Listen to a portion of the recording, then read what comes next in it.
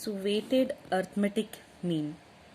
Arithmetic mean ಅಲ್ಲಿ we have to have weights for the mean. ಅದು ಹೆಂಗೆ obtain ಆಗುತ್ತೆ ಅಂದರೆ weighted arithmetic mean is obtained by assigning to the items weights as judged according to their relative importance in the group. ನಾವೇನು items ಇರುತ್ತೆ ಅಥವಾ variables ಇರುತ್ತೆ, each variables will have a different weightage ಕೊಡ್ತಾರೆ. ಆ weightage ಪ್ರಕಾರ ನಾವು ಅದನ್ನ ಐಟಮ್ಸ್ನ ಮಲ್ಟಿಪ್ಲೈ ಮಾಡಿ ವೇಟ್ಸ್ ಪ್ರಕಾರ then we will calculate the mean. So ಹೇಗೆ ಇದು ವೇಟೆಡ್ ಅರ್ಥಮೆಟಿಕ್ ಮೀನ್ ಮಾಡೋದು ನೋಡೋಣ by example. So here weighted arithmetic mean formula is there. ಏನಪ್ಪ ಫಾರ್ಮುಲಾ ಅಂದರೆ ನಾರ್ಮಲ್ ಆಗಿ ಮೀನ್ ಫಾರ್ಮುಲಾ ಏನು, x bar is equal to sigma x by n ಅಥವಾ sigma f X by sigma F ಅಲ್ಲ. ಇಲ್ಲಿ ಮೀನ್ಗೆ ಡಬ್ಲ್ಯೂ ಹಾಕಿದ್ದಾರೆ, ಎಕ್ಸ್ ಬಾರ್ಗೆ W. It means that it is a weighted arithmetic mean. Weighted arithmetic mean is equal to sigma W X over sigma W, where x bar w is weighted arithmetic mean, w is equal to weights and x is the variable. weight ಅಂದ್ರೆ ಭಾರ ಅಂತಲ್ಲ, weightage. Example ನೋಡಿದಾಗ ನಿಮಗೆ ಗೊತ್ತಾಗುತ್ತೆ. Calculate weighted average. So ಇಲ್ಲಿ test score ಕೊಟ್ಟಿದ್ದಾರೆ 4 ಜನ ಮಕ್ಕಳದು. ಸೊ ಅದಕ್ಕೆ we have to find out the weights. See here, test score 50, 76, 80, 98. What is the assigned weight? 50 के 0.15, 76 के 0.20, 80 के 0.20, 98 के 0.45. If we add up these weights, ಇದೆಲ್ಲ weight add up ಮಾಡಿದ್ರೆ ಎಷ್ಟಾಗುತ್ತೆ? 45, 65, 85 plus 1500, that is 1.0. ಸಿಗ್ಮಾ ಡಬ್ಲ್ಯೂ ಇಸ್ ಈಕ್ವಲ್ ಟು 1.0. ನಾವೇನು ಮಾಡ್ತೀವಿ, ಈ ಡಬ್ಲ್ಯೂನ ವೇಟ್ಸ್ನ ಈ ಅಥವಾ ವೇರಿಯಬಲ್ಸಿಂದ ಮಲ್ಟಿಪ್ಲೈ ಮಾಡೋಣ. 0.15 into 50 is 7.5, 0.20 into 76 is 15.2. So ಹೀಗೆ 80 into 0.2 16, 98 into 0.45 is 44.1. If we add up all these things, WX, this is WX, add ಮಾಡಿದ್ರೆ ನಮಗೆ ಎಷ್ಟಾಗುತ್ತೆ? Sigma WX is 82.8. we have to have a formula for this as usual. Sigma XW, weighted mean, is equal to sigma WX over sigma W. 82.8 ಎಷ್ಟು ಬಂತು ನಮಗೆ? Sigma WX 82.8 over 1.0. So what is the answer? The weighted mean answer is 82.8. So ಇದೇ ತರ ಇನ್ನೂ ಒಂದಷ್ಟು problem ಮಾಡೋಣ. X they have given 20, 45, 15, 0. Weight they have given 7, 3, 4, 2. Sigma W is, summation of weight is 16. So X into W ಅಥವಾ W into X ಮಾಡಿದಾಗ 20 into 7 140, 45 into 3 is 135, 15 into 4 is 60, 0 into 2 ಅಥವಾ 2 into 0 is 0. So summation of WX ಮಾಡಿದಾಗ 335 ಬಂತು. According to the formula, weighted mean is equal to summation of WX over summation of W. 335 over 16 is equal to weighted mean is 20.9. So one more problem here. X1257, weight is 214, 832. WX is 228, 40, 224. Summation of W is 56. Summation of WX is 294. So weighted mean is summation of WX over summation of W. 294 by 56 is, weighted mean is 5.25. ಸ್ವಲ್ಪ ಇದು different ಆಗಿ ಬರ್ತಾ ಇದೆ ಈಗ problems. ಕ್ಯಾಟಗರಿಲಿ homework, quiz, test and final exams. The score what they got is 88, 71, 97, 90. And what is the weightage for category homework is 25, quiz weightage 30, test weightage 10, final exam weightage 35. So ಇಲ್ಲಿ 100 ಬಂತು weights. So x into w ಮಾಡಿ 2200, 2130, 970, 3150. The summation of wx is 8450. The weighted mean is summation of wx by summation of w. It is 8450 by 100. So ನಮಗೆ ಎಷ್ಟು ಬಂತು weighted mean 84.5. Let us see some big problem. An examination was held to decide the award of a scholarship. The weights given to the various subjects were different. Only 3 applicants for the scholarship obtained over 50% marks in each subject. The marks whereas marks ಕೊಟ್ಟಿದ್ದಾರೆ ಇದು ಸ್ಕಾಲರ್ಶಿಪ್ಗೆ ಕೊಟ್ಟಿದ್ದಾರೆ subject statistics accounts economics mercantile law weights ಕೊಟ್ಟಿದ್ದಾರೆ 4 3 2 1 marks of A marks ಎದು marks ಬಿದು marks ಸಿದು marks different ಆಗಿ ಕೊಟ್ಟಿದ್ದಾರೆ 63 65 58 ಈ ತರ of these 3 candidates getting the highest marks is to be awarded the scholarship who should get it so ಈ 3 ಜನದಲ್ಲಿ ಒಬ್ರಿಗೆ ಸ್ಕಾಲರ್ಶಿಪ್ ಸಿಗುತ್ತೆ ಯಾರಿಗೆ ಸಿಗಬೇಕು ಅಂತ ವೇಟ್ಸ್ ಪ್ರಕಾರ ನಾವು ಅದನ್ನ ಒಬ್ಬೊಬ್ರದ್ದು ಮಾರ್ಕ್ಸ್ ನ ಮಲ್ಟಿಪ್ಲೈ ಮಾಡಿ ಒಬ್ಬೊಬ್ರಿಗೆ ವೇಟೆಡ್ ಮೀನ್ ಮಾಡಬೇಕು okay after that whoever gets the weighted mean more ಅವ್ರಿಗೆ ಇಲ್ಲೇನಾಗುತ್ತೆ ಸ್ಕಾಲರ್ಶಿಪ್ ಸಿಗುತ್ತೆ ಸೊ ಅದು ಹೆಂಗ್ ಮಾಡೋದು ನೋಡೋಣ see here statistics accounts economic mercantile law weights normal ಆಗಿ ಎಷ್ಟು ಓವರಲ್ ಆಗಿ 4 3 2 1 ಸಮೇಷನ್ ಆಫ್ ವೇಟ್ ಎಷ್ಟು 10 ಇಲ್ಲಿ ನಾವೇನ್ ಮಾಡ್ತೀವಿ marks of A that is x1 ಇಲ್ಲಿ x2 marks of B is x2 marks of C is x3 ಮಾಡ್ಕೊಂಬಿಡೋಣ 63 65 so ಹಿಂಗೆ ಮಾಡ್ಕೊಂಬಿಡೋಣ ಆಮೇಲೆ ಈ ವೇಟ್ಸ್ ಇಂದ ಮಲ್ಟಿಪ್ಲೈ ಮಾಡೋಣ wx1 ಇಲ್ಲಿ wx2 ಬಿದು x2 ಬರುತ್ತೆ ಸಿದು x3 ಬರುತ್ತೆ ಮಾರ್ಕ್ಸ್ ಆಫ್ ಎ ಎಷ್ಟು 63 x1 is what 63 65 58 70 ಇದನ್ನ 4 3 2 1 respectively we will multiply that is called wx1 4 into 63 252 4 into 65 195 2 into 58 116 1 into 70 is 70 so ಇಲ್ಲಿ ಇದು summation ಮಾಡೋಣ summation of wx1 so we'll keep it aside ಹಂಗೆ marks of B ಬಿದು marks ಏನು x2 ಮಾಡೋಣ let marks of B is x2 let marks of A is x1 let marks of C is x3 ಬರ್ಕೊಂಬಿಡೋಣ then marks of B is x2 is 60 64 56 80 so again ಇದು weights ಇಂದ multiply ಮಾಡೋಣ 4 into 60 is 240 3 into 64 is 192 2 into 56 is 112 1 into 80 is 80 ಹಂಗೆ marks of C ಏನ್ ಮಾಡಿದ್ವಿ x3 ಮಾಡಿದ್ವಿ weights ಇಂದ multiply ಮಾಡೋಣ 4 into 65 is 260 3 into 70 is 210 2 into 63 is 126 and 1 into 52 is 52 so here summation of x3 is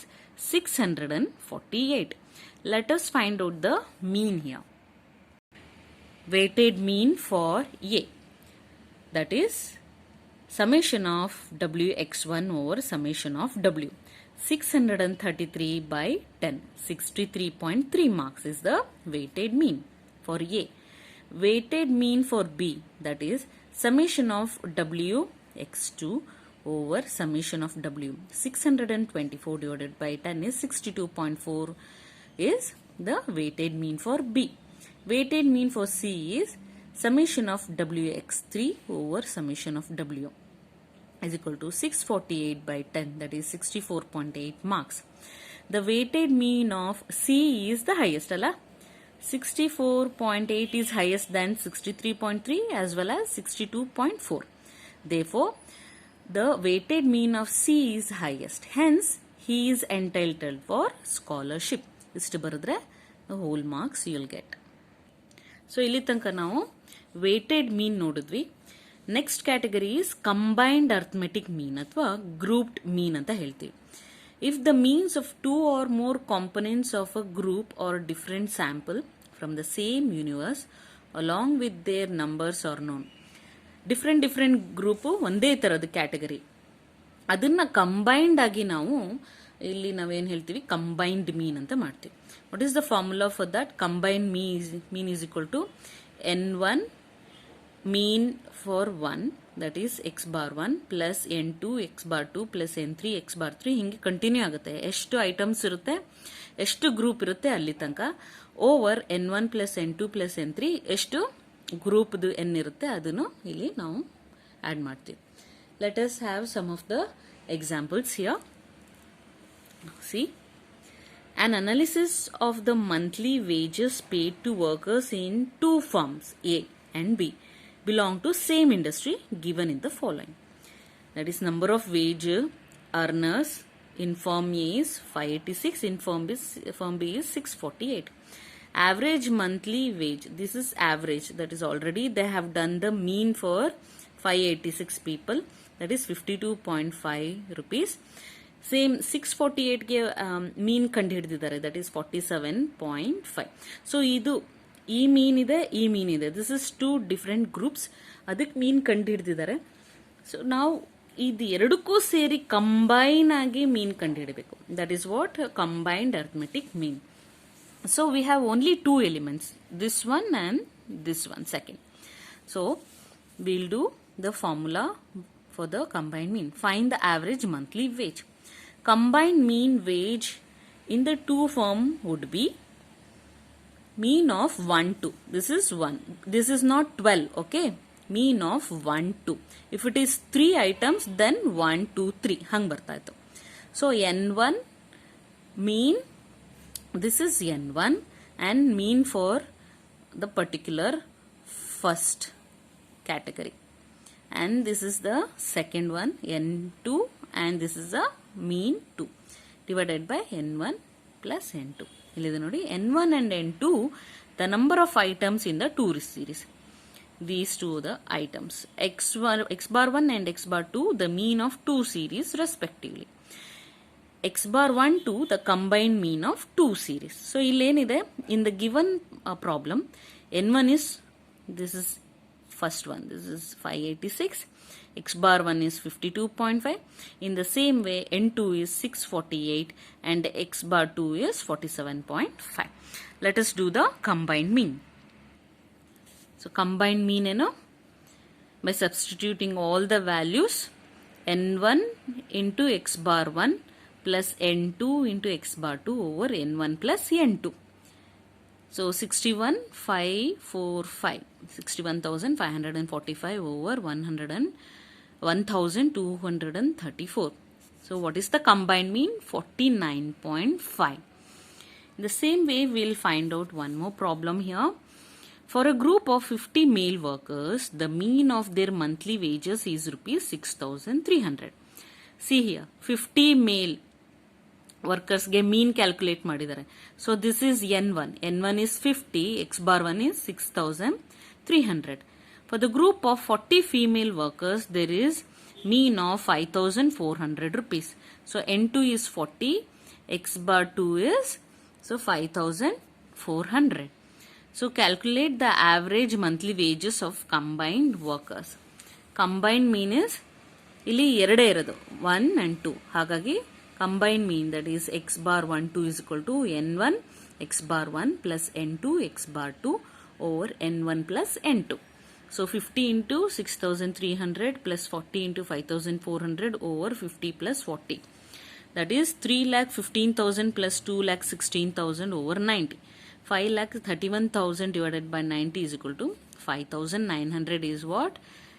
Average of combined group, that is combined mean for this problem.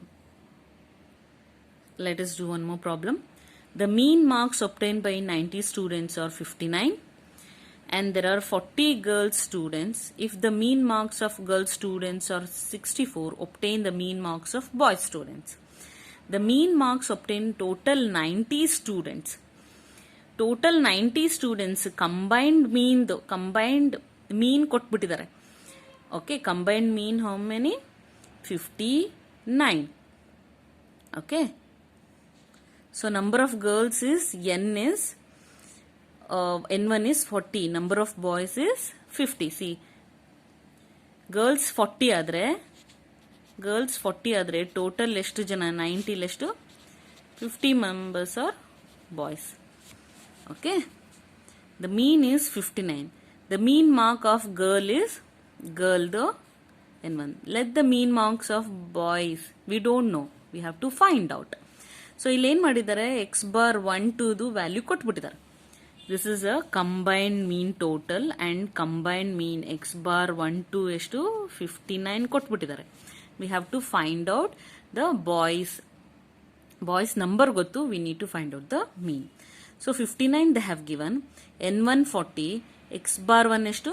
64, N2 50 ಇದೆ, x bar 2 ಗೊತ್ತಿಲ್ಲ. We have to find out. Over 50 plus 40 90. So cross multiply ಮಾಡೋಣ. 59 into 90 is equal to 1 ಅಂತ ಇದ್ರೆ, so 40 into 64 is 2560 plus 50 into x bar 2. So 50 into x bar 2 ನ ಈ side ತಗೊಂಡು ಈ ಎಲ್ಲ ವ್ಯಾಲ್ಯೂಸ್ನ ಈ ಸೈಡ್ ತಗೊಂಡ್ಬಿಡೋಣ. ಆಯ್ತಾ? ಅವಾಗ ಏನಾಗುತ್ತೆ? -2560 plus 5310 ಆಗುತ್ತೆ. So 50 x bar 2 is equal to 2750. X bar 2 is equal to 2750 bar by 50. That is mean of 50 boys.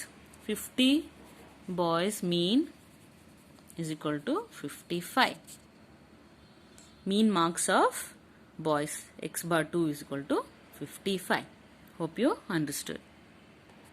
So let us have one more problem. In a factory, 120 workers get an average of 30 rupees a day. That is the wage. 160 workers get rupees 50 per day as wage. 80 workers rupees 60 per day. 40 workers get 80 per day. Find the average of averages. What is given? Let us consider N1.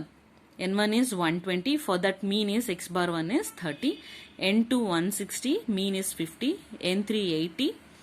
Mean is 60. N4 40. Mean is 80. Combined mean 1 2 3 4. Okay.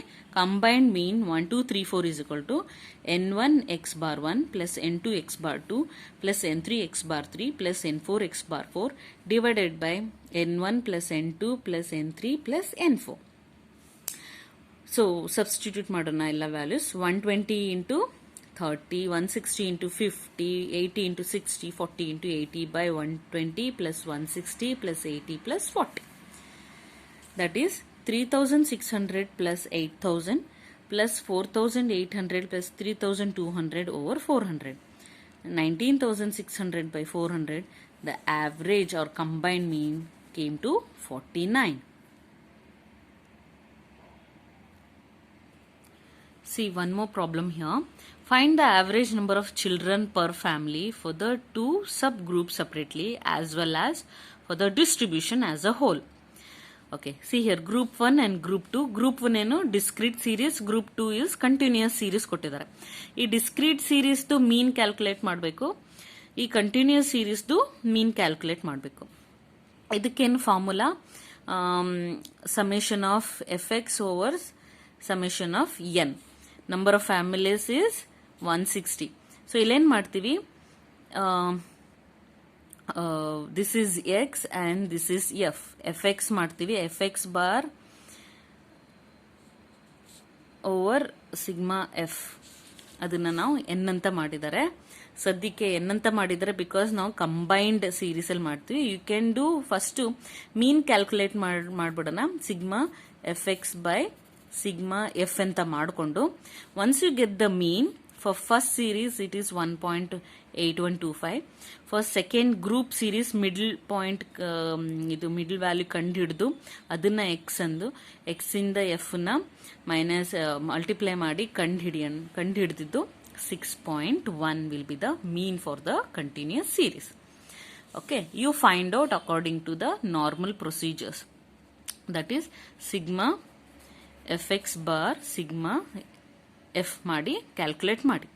Once you find out the value of the mean, ಆಮೇಲೆ this will become x bar 1, this will become x bar 2, and the total number of frequency will become n1, and the total number of frequency for this continuous series will become n2. 160 ಮತ್ತೆ 40 will become the n1 and n2. ಅದನ್ನ combine ಮೀನ್ ಮಾಡಿದ್ದಾರೆ.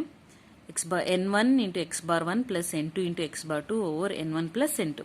See, 160 is for this discrete series to 160 into 1.8125 plus 40 into 6.1 over 160 plus 40.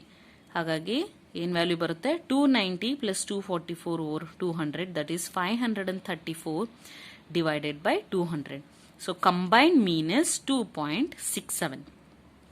Please ನಿಮ್ಗೆ ಹೆಂಗೆ normal ಆಗಿ ಇದನ್ನ separate ತಗೊಂಡು ಮೀನ್ calculate ಮಾಡಿಕೊಂಡು ಇದನ್ನ ಸಪ್ರೇಟ್ ತಗೊಂಡು ಮೀನ್ ಕ್ಯಾಲ್ಕುಲೇಟ್ ಮಾಡಿಕೊಂಡು ಆಮೇಲೆ n1 and n2 ಯಾವುದು ಅಂತ ನೋಡಿ, then you can do the combined mean. Otherwise ಹಿಂಗೂ ಮಾಡ್ಬೋದು. So if you get confusion, ನಾನು ಮೊದಲು ಹೇಗೆ ಮೀನ್ ಹೇಳ್ಕೊಟ್ಟಿದ್ದೆ ಅದೇ ಥರ ಸಪ್ರೇಟ್ ಆಗಿ ಎರಡು ಗ್ರೂಪ್ ಮಾಡಿ ಆಮೇಲೆ ಕಂಬೈನ್ಡ್ ಮೀನ್ ಮಾಡಿ.